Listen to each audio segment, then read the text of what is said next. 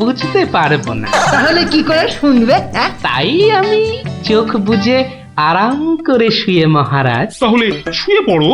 যতই হোক আপনি স্বপ্ন দেখেছেন পালঙ্কে শুয়ে, তাই বলছি ওই নিদেন পক্ষে অন্তত একটা খাটে যদি পেতাম।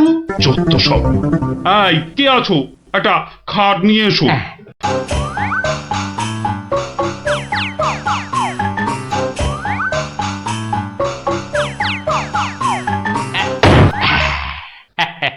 এই তো, এইবার একটু আরাম করে শুই।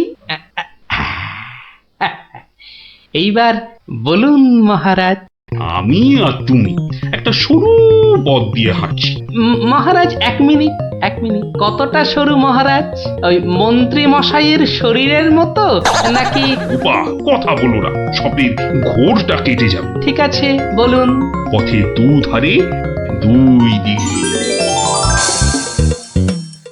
আচ্ছা, তারপরে ঘটলো এক বিচ্ছিরি ঘটনা। যা গোপাল, কথা বলো না, স্বপ্নটা ভেঙে যাবে। বলুন মহারাজ। ব্যাস, আমরা পড়ে গেলাম। কোথায় মহারাজ? আপনি কি পড়েছেন? তাহলে আপনিও কথা না বলে চুপ করে শুনুন। একসাথে তো মহারাজ। না না, তুমি একটা দিঘিতে আর আমি অন্যটাতে। আপনি যেটাতে পড়লেন সেটা ছোট না বড়? আহ, গোপাল, কথা না বলে শোনো। বাহ, এই না হলে আমার মন্ত্রী, যেন আমি যন্ত্র আর তুমি যন্ত্রী। ছোট বড় জানি না, শুধু এটুকু দেখলাম, আমি যেটাতে পড়লাম সেটা ক্ষীরের দিঘি, আর তুমি যেটাতে পড়লে সেটা হলো গুয়ের। বলেন কি মহারাজ, গোপাল একেবারে গুয়ের দিঘিতে? তাই তো বলছি, কি বিচ্ছিরি ব্যাপার। গোপাল এবার মোক্ষম জব্দ। গু কথাটা শুনতে ভারী মন্দ। একে একটা অন্য নাম দিলে হয় না মহারাজ? দিনা দিনা, সভাকবি, আমারও কেমন গু নামটা কানে বড্ড লাগছে। তাহলে বরং বলি, গোপাল গিয়ে পড়িল মলের দিঘিতে। মলের দিঘিতে? আচ্ছা মহারাজ, মহারাজ, মল কি নরম ছিল না শক্ত? নরম না শক্ত? গোপালই ভালো বলতে পারবে যে মলটা কিরকম ছিল। ব্যাস, এরপরেই আবার ঘুম গেল ভেঙে। কই গোপাল, এবার চোখ খোলো, মহারাজের স্বপ্ন যে ভেঙে গেল। কি গোপাল, একেবারে চুপ মেরে গেলে যে। লজ্জায় গোপালের মুখ চোখ সব বন্ধ। উহুম, উহুম। আমার স্বপ্ন যে এখনো শেষ হয়নি মহারাজ। তাই নাকি? হয়েছে হয়েছে গোপাল, হয়েছে। গোপাল, তুমি এইবার মহারাজের কাছে দারুণ জব্দ হয়েছো। ওঠো ওঠো, লজ্জার মাথা খেয়ে এবার বাড়ি যাও। এইবার আমার স্বপ্নটা ভাঙলো। মানে? মানে মহারাজ, কাল ভোরে আমিও একটা একই রকম স্বপ্ন দেখেছি, বলো? কিন্তু আমার স্বপ্নটা একটু বড়। তাই স্বপ্নটা শেষ হবার জন্য একটু অপেক্ষা করছিলাম মহারাজ। আর জানেন তো মহারাজ, ভোরের স্বপ্ন সব সময় সত্যি হয়। তাই? তাহলে বলো, তুমি আর কি দেখেছো? মহারাজ, আমরা তো দুই দিঘিতে পড়লাম, আর তারপর তারপর তারপর তারপর কি? তারপর কি? দুজন দিঘি থেকে উঠে পড়লাম। তখন মহারাজের গা ভর্তি ক্ষীর আর আমার গা ভর্তি থুরি থুরি ময়লা। কিন্তু ওই পরিষ্কার করব সেরকম জল কোথাও নেই মহারাজ। তখন কি করলে? তখন আর কোনো উপায় না দেখে আমরা আমরা দুজনে দুজনার গা চাটতে থাকলাম মহারাজ। মানে? মানে খুব পরিষ্কার। আমি মহারাজের গায়ের ক্ষীর চাটতে থাকলাম, আর মহারাজ আমার গায়ের ময়লা চাপতে থাকলো। কি দৃশ্য! ব্যাস আমার ঘুম ভেঙে গেল মহারাজ। কি বলছো কি গোপাল? হ্যাঁ, যা দেখেছি মহারাজ, স্বপ্নে তাই বলছি। সবাই সবাই আমার দিকে কি দেখছো? হ্যাঁ, কি দেখছো তোমরা? যাও যাও, আজকের মতো সভা পণ্ড। কেমন জব্দ এবার গোপালের সঙ্গে পাঙ্গা? বোঝো কেমন করলাম চাঙ্গা।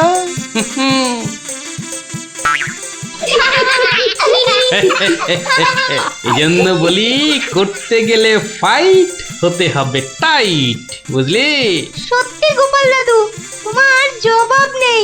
আর একটা হবে নাকি দাদু? দিনে একটাই গল্প যথেষ্ট, আর নয়। তাই তো বলি গোপাল দাদু, আর তার গল্প শুনতে হবে অল্প স্বল্প। এই তো আমার গল্প শুনে শুনে দেখছি তোদেরও বুদ্ধিও খোলতাই হচ্ছে।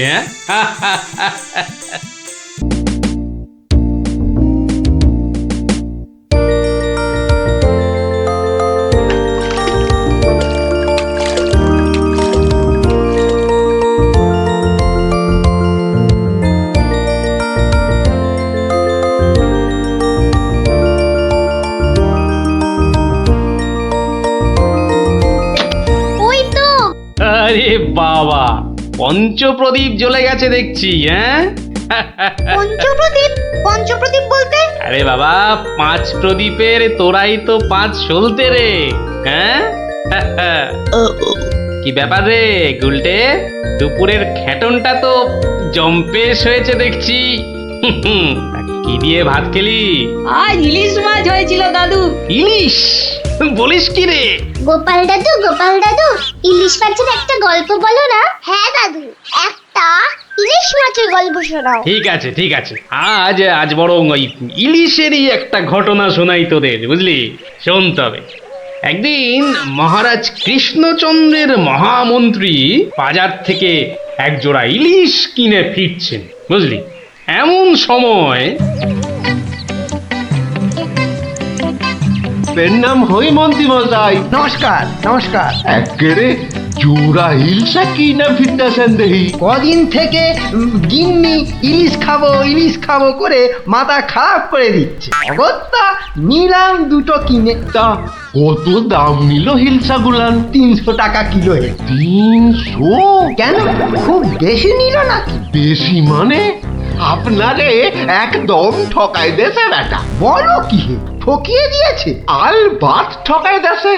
কালই তো ওই হোতল বাবু 200 টাকা কেজি দরে লইয়া আইলেন। মাত্র 200 টাকা করে? তবে আর বলতেছি কেনে, তোমার ফদলবাবু যে মাছটা কিনেছিল সেটা বোধহয় গঙ্গার ইলিশ, বুঝেছ? আর এগুলো হচ্ছে পাকা পদ্মার। আর কয়েন না মন্ত্রী মশাই, আপনার কথা শুই না ঘোড়াও হাসবা। এই নবদ্বীপে পদ্মা আসছে কোথায় কম দেখি। সে পদ্মা হলো গে আমাগো দেশে, মানে বাংলাদেশে। বেটা গোমুখদের কি করে বোঝাই? হ্যাঁ, ঠিক আছে বাবু, ঠিক আছে। আমার পয়সা আমি ঠকেছি, ব্যাস। তোমাদের কি? হ্যাঁ, আমি চলি।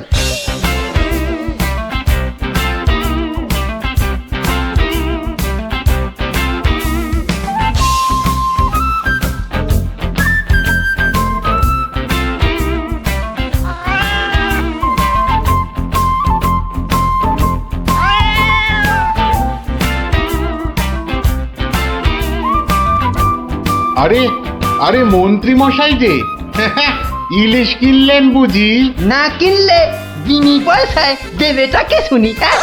সে কথা আমি বলছি নে, মানে জানতে চাচ্ছি কত করে নিল। দাম শুনে তোমার কাজ কি বাপু? তুমি তো আর দামটা দিয়ে দেবে না। তবু শুনি না একবার। আগের বেটা দাম নিয়ে বড্ড ভ্যান তাড়া করছিল।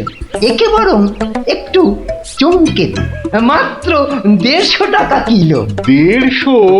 সত্যি 150 করে? তবে আর বলছি কি হে, সস্তায় হয়েছে, কি বলো? খুবই সস্তায় পেয়ে গেছেন। অনেক দিন ওই মাছটার স্বাদ পাইনি। আপনি যদি কর্তা মারে বলে না না বেশি নয়, এই 2-1 পিস যদি পাঠিয়ে দেন। এবারটা দেখছি এক কাটি বাড়া। কিছু বললে নাকি? হ্যাঁ না না, বলছিলাম কি কর্তা মারে বলে যদি। বলবো বলবো, কথা মারে নিশ্চয়ই বলবো, নিশ্চয়ই বলবো। ধন্যবাদ। এ তো দেখি ইলিশ কিনে মহা ঝামেলা হলো। সকলেই দাম জানতে চায়। আরে বাবা, বাজারে গিয়ে দাম করলেই তো লাটা চুকে যায়। যত সব। আরে মন্ত্রী মশাই যে ইলিশ কিনে ফিরছেন বুঝি? আরো একজন হাতে ইলিশ দেখেও জিজ্ঞাসা করা চাই, ইলিশ কিনে ফিরছেন বুঝি? দেখতেই তো বাচ্চা বাবু, এগুলো ইলিশ, রুই কাতলা নয়। তা সস্তায় পেয়ে নিয়ে এলাম দুটো। বস্তায়?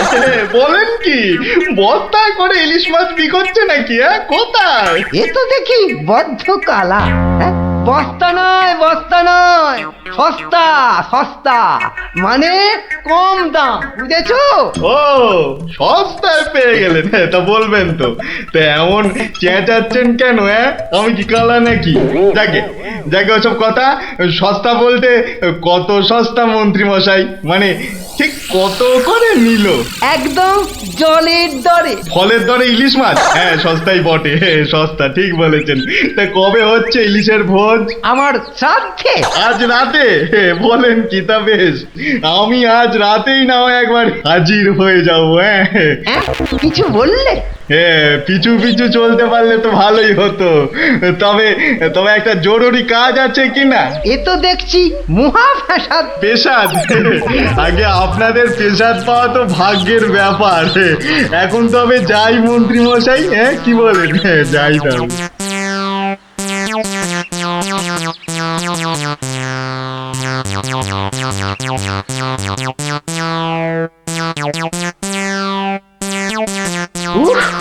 মাথা গেল, আর কাউকে দাম টাম বলতে হবে না। গিন্নি, ও গিন্নি, আরে গেলে কোথায়? ও গিন্নি, কেন? উমা, কি সুন্দর ইলিশ মাছটা এনেছো গো! কত দাম নিল গো? চা বাবা, এখানেও সেই দামের গপ্প। নিকুচি করেছে দামে। এই রইল তোমার ইলিশ, যা পড়ো রাঁধো। আমি চললুম রাজ দরবার।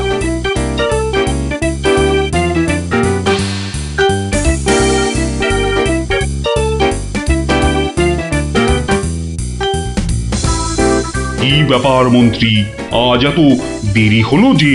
একটু বাজারের দিকে গিয়েছিলাম। সে কি মন্ত্রী, মাইনে দেবার ভয়ে বাড়ির কাজের লোককে তাড়িয়ে দিয়েছেন নাকি? না মহারাজ, তা নয়। তবে কিনা। তবে তবে কি মন্ত্রী? আসলে মহারাজ, গিন্নি কদিন যাবৎ বড্ড ইলিশ ইলিশ করছিল, তাই আমি নিজে গিয়ে তা বলবো কি মহারাজ, ইয়া বড় বড় ইলিশ ধরা পড়েছে। ধরা পড়েছে? বলেন কি মন্ত্রী? ইলিশা চোর না ডাকাত যে ধরা পড়বে? আগে ধরা পড়েছে মানে জেলেদের জালে উঠেছে। ভাই বলুন। সত্যি মহারাজ, এমন ইলিশ আমি বাপির জন্মে দেখিনি। আহা, আহা, কি তার সাইজ, কি তার চেকনাই, চোখে দেখলে মনটা একেবারে জুড়িয়ে যায় মহারাজ। চোখে দেখার বদলে চেখে দেখাটাই বোধ হয় বুদ্ধিমানের কাজ। যাক, তা মন্ত্রী মশাই, আপনি কি আমার মন্ত্রিত্ব ছেড়ে ইলিশ মাছের ব্যবসা শুরু করবেন নাকি? এ কথা কেন বলছেন মহারাজ? বলছি কি আর সাধে মন্ত্রী, আপনি যেভাবে এই ইলিশ ইলিশ করে খেপে উঠেছেন তাতে কোনো কিছুই অসম্ভব নয়। ঠিক তা নয় মহারাজ, আসলে এটা ইলিশের মরশুম কিনা, যেখানেই যান শুধুই ইলিশ, শুধুই ইলিশের গল্প। আসলে এটা যে ইলিশের মরশুম সেটা না একেবারেই ভুলে গিয়েছিল। আপনি ঠিকই বলেছেন। এই সময় ইলিশের গল্প বন্ধ করা প্রায় অসম্ভব। তোরা যে যা বলিস ভাই, আমার শুধুই ইলিশ চাই। সকালে চাই, দুপুরে চাই, রাতেও ইলিশ চাই। আমার শুধুই ইলিশ চাই। মহারাজ, ইলিশ কিনে ফেরার পথে কত লোক যে দাম জিজ্ঞাসা করেছে, কি বলবো মহারাজ। তা আমার দরবার থেকে বাজারের দূরত্ব কত মহামন্ত্রী? প্রায় মিনিট 10 রাস্তা। 10 মিনিট? আচ্ছা গোপাল, ইলিশ হাতে এই 10 মিনিটের পথ কি তুমি আসতে পারবে, যাতে কেউ দাম জানতে না চায়? মহারাজ, এটা এমন কি কঠিন কাজ মহারাজ? বেশ বেশ, তুমি যদি বাজার থেকে একটা এই বড় সড়ো ইলিশ মাছ হাতে নিয়ে প্রকাশ্য রাজপথ দিয়ে আমার দরবারে উপস্থিত হতে পারো, এবং যদি কেউ তোমাকে ইলিশ মাছের দাম জিজ্ঞাসা না করে, তাহলে তোমাকে আমি 500 টাকা পুরস্কার দেবো। কি তুমি রাজি তো? আমি রাজি মহারাজ। কিন্তু ভুল করেও কেউ যদি ইলিশের দাম জিজ্ঞাসা করে, তাহলে কিন্তু বুঝতেই পারছ, তোমার ওই 500 টাকা জরিমানা দিতে হবে। আর এটাই আমার শর্ত। আপনার শর্ত শিরোধার্য মহারাজ। আজ নির্ঘাত তুমি ঠকবে গোপাল, নির্ঘাত ঠকবে।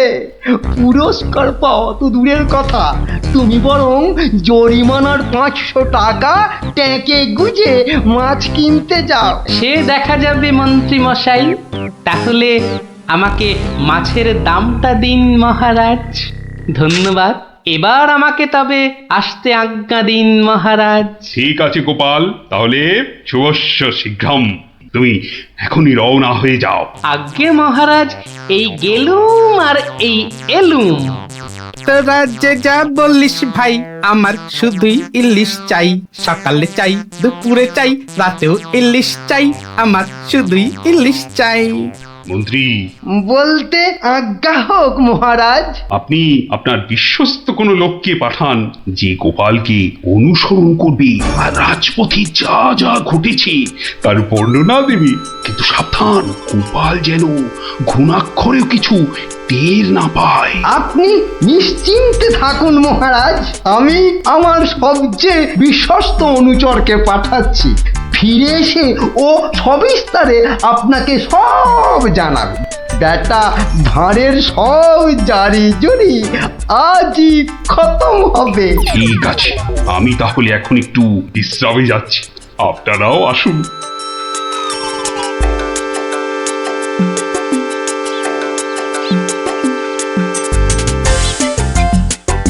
বটা আছো নাকি?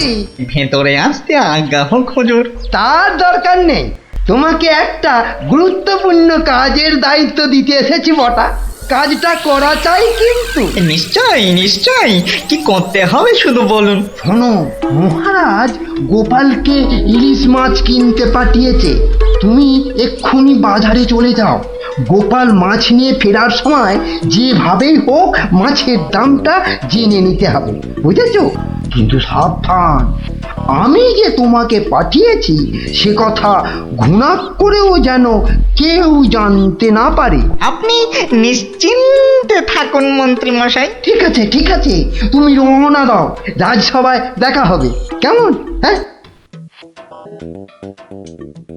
কি গো, পাগল টাগল হয়ে গেলে নাকি? এইসব ছাই বর্ষ মাগতেছে বড়। ও গো, আমার কি হলো গো? ওনাকে বোধহয় তেনারা ভর করেছে।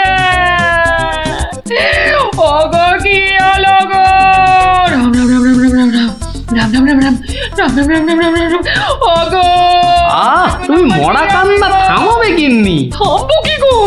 তেনারা তোমাকে ধরলেন আর আমি ও মা গো। ধুর তেরি ছাই। আরে বাবা, ইলিশ মাছ কিনতে যাচ্ছে কিনা, তাই এসব ছাই বর্ষ মাগছো? হাতে কড়কড়ে 500 টাকা এনে দিলে বুঝবে এই সাজের কি মহিমা। যাক, এখন আমি তৈরি, এবার চলে গিন্নি। টাটা।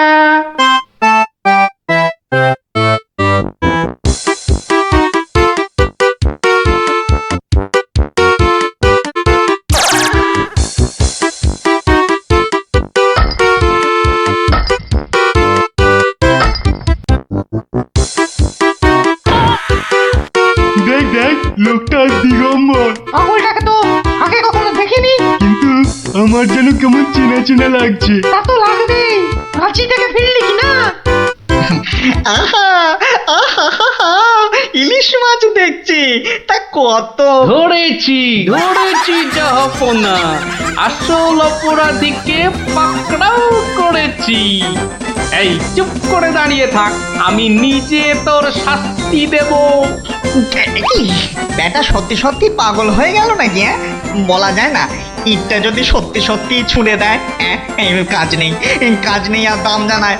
চাচা, আপন প্রাণ বাঁচা। ওরে বাবা!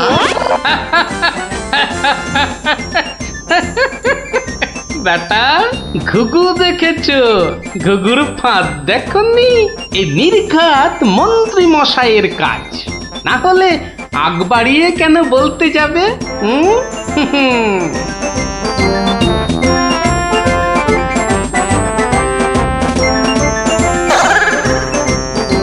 গোপাল, সে কি তোমার এই অবস্থা কেন?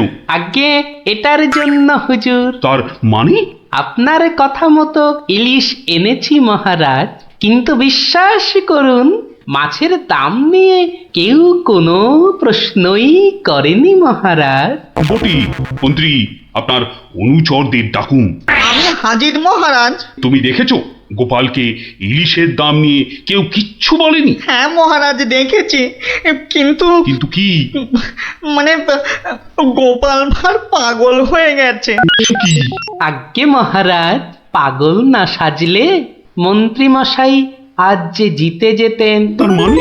মানে আর কিছুই নয় মহারাজ, মন্ত্রী মশাইয়ের অনুচরই আমাকে দাম জিজ্ঞেস করতে যাচ্ছিল, তাই বাধ্য হয়ে। ব্যাপারটা একটু খুলে বলবে গোপাল? তবে শুনুন মহারাজ। লোকটা দিগম্বর। ইলিশ মাছ দেখছি, তা কত? আসল অপরাধীকে পাকড়াও করেছি। ব্যাটা সত্যি সত্যি পাগল হয়ে গেল নাকি? ওরে বাবা!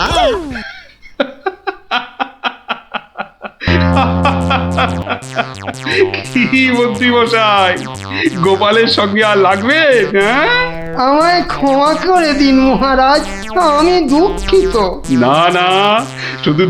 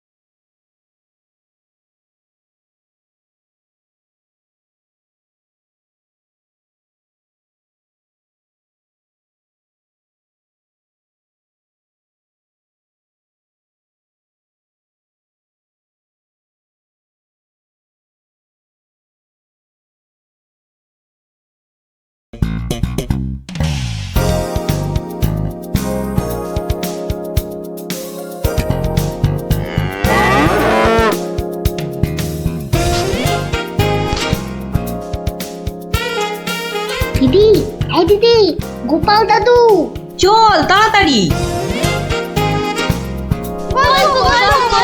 দেখো কাণ্ড, তোরা কোত্থেকে এসে জুটলি রে?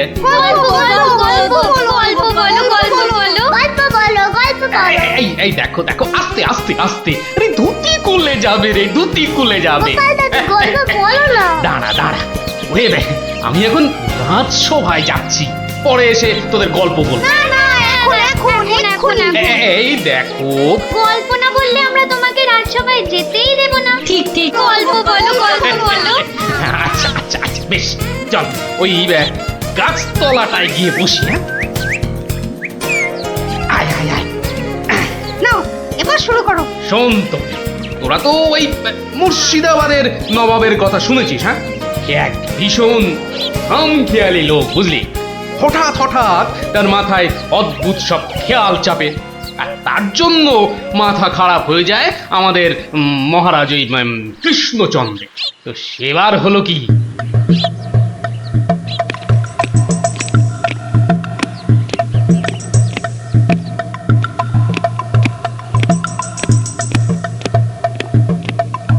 অনেক দিন হয়ে গেল এক জায়গায় একটানা বসে আছি।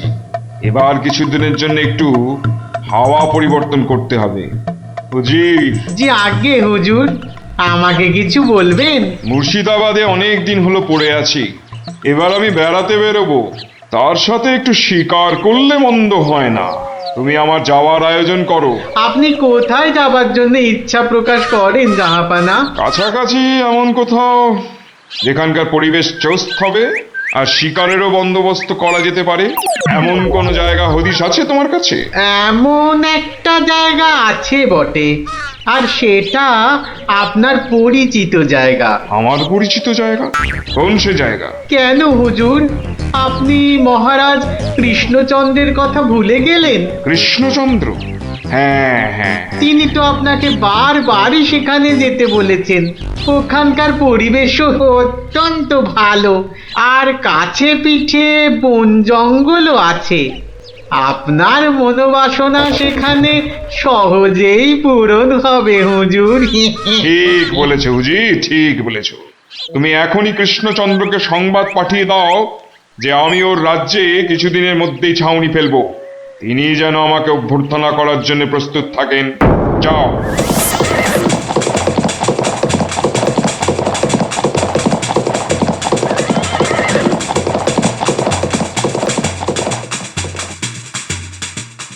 বন্ধুগণ, আজকে আমার কাছে একটা বড়ই গুরুত্বপূর্ণ খবর আছে।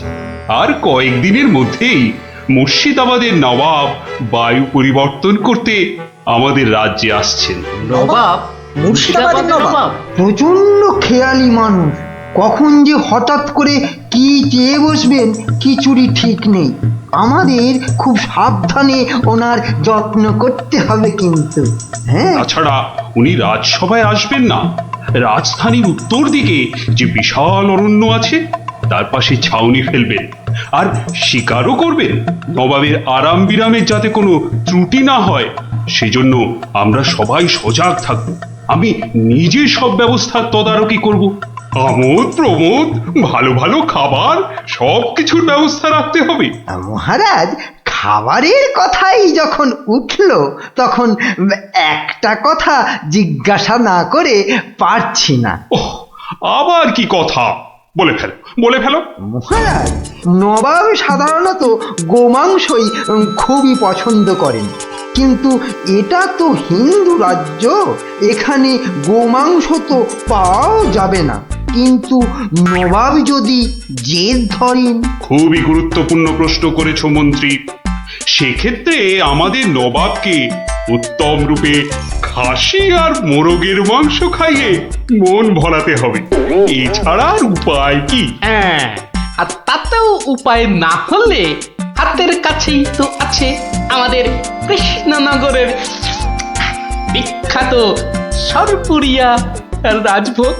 এর স্বাদে আর গন্ধে নবাব গোমাংসের কথা ভুলেই যাবে। ঠিক বলেছো গোপাল, নবাবের এমন খাতিরদারি করতে হবে যাতে সাপও মরে আর লাঠিও না ভাঙে। তাহলে আপনারা এবার তৈরি হয়ে নিন, আজ থেকেই কাজে লেগে পড়ুন, আর একদম সময় নষ্ট নয়।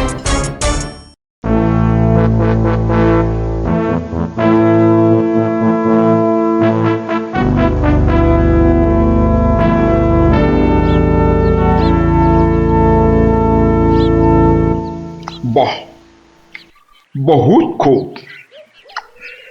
বড়ই জবরদস্ত চিজ। কি নাম বললেন এই খাবারের? আগে হুজুর, সরপুরিয়া আমাদের রাজ্যের সব থেকে জনপ্রিয় মিষ্টি। তা আমাদের বাবুর্চিকে শিখিয়ে দিলে সে এরকম জবরদস্ত জিনিস নিশ্চয়ই পাকাতে পারবে। নিশ্চয়ই জাহাপনা। তাছাড়া মোগলাই খানার সাথে সরপুরিয়া বেশ ভালোই লাগবে বোধহয়। ভালোই লাগবে। আর তার সাথে একটু মোগলাই গরম মশলা মেশালে স্বাদ আরো বেড়ে যাবে। মিষ্টিতে গরম মশলা বাবার জন্মেও শুনিনি। হুম, কিছু কি আপনি বলতে চাইছেন? না না না না না না, মানে আপনার ভাবনা খুবই ভালো হুজুর। আমাদের ময়রা আপনার বাবুর্চিকে সব শিখিয়ে দেবে। বাবারে কি হলো, বাইরে এত গোলমাল কিসের? একবার দেখো তো। গেলুম বাবারে, মেরে ফেললে, এ কি? দিয়ে দিলে রে। এ কি অবস্থা হয়েছে তোমার? কে এমন করলো? হুজুর ষাঁড়, ছাউনিতে ষাঁড় পড়েছে হুজুর, ষাঁড়। ষাঁড়? ষাঁড় এলো কোত্থেকে? কিচ্ছু বুঝতে পারছি না হুজুর, কোত্থেকে যেন এসে পড়েছে। এই পুরো শিবির একেবারে লন্ড ভন্ড করে দিচ্ছে হুজুর। ওই যে শুনুন আবার ডাকছে। ব্যাপারটা একবার নিজের চোখে দেখতে হচ্ছে। এই তোমরা সব চলো তো, একবার দেখি। কোথায় কোথায় সেই বেয়াদব? আজকে আমি